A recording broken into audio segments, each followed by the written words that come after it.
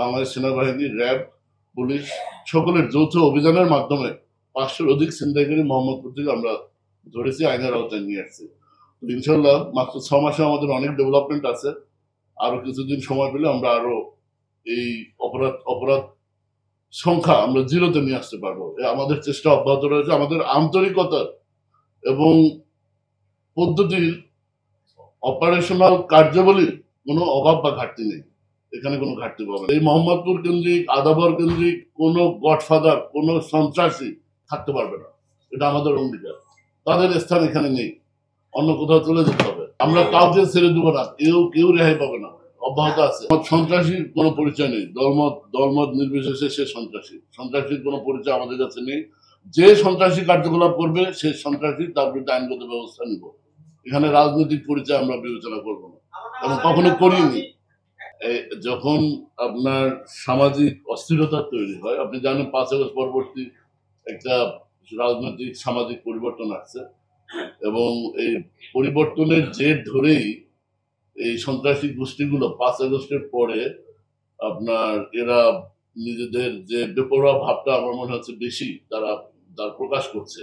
তারা মনে করছে যে দেশে আইন শৃঙ্খলা বাহিনী সক্রিয় নেই, কিন্তু তাদের ধারণাটা ভুল।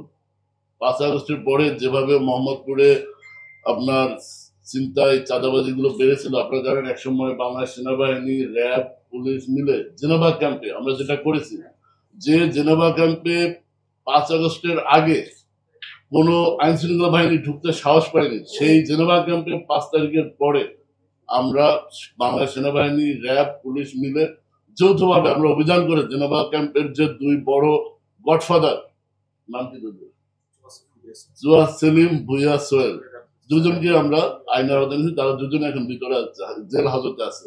তাদের বিরুদ্ধে তারা প্রত্যেকে ৭টা-৮টা করে মার্ডার মামলার আসামি। এটা আমরা করতে সক্ষম হয়েছে, আমাদের আন্তরিকতা ছিল, আমরা করেছি। এটা ইনশাল্লাহ অব্যাহত থাকবে। আমাদের আইন শৃঙ্খলা বাহিনীর কাজ কি? আমাদের কাজ হলো ল অ্যান্ড অর্ডার ঠিক রাখা, দুষ্টের দমন, শিষ্টের লালন। দুষ্ট এবং সন্ত্রাসীদের আমরা ধরবো, আইনের আওতায় সুপর্দ করব, আমাদের কাজ এইটুকু।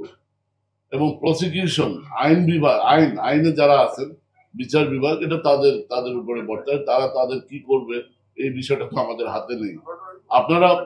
আপনারা যেহেতু বুঝতে পেরেছেন বিষয়টা নিয়ে, আপনারা এটার ভালো অ্যান্সার বা ভালো বিষয়, এটা সমাধান বের করতে পারবেন।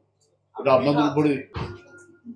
আমরা মোহাম্মদপুর আদাবর কেন্দ্রিক তো আমাদের ক্যাম্প আছে, আমাদের সিপিসি ক্যাম্প আছে, আমাদের ওখানে জানেন বসিলা কেন্দ্রিক আমাদের যে মূল ব্যাটালিয়ন সদর দপ্তর, এখানে আমাদের মোহাম্মদপুর আদাবর দেখাশোনা করার, টেক কেয়ার বা এই এলাকা সন্ত্রাস মুক্ত করার জন্য আমাদের স্পেশাল সিপিসি কোম্পানি রয়েছে।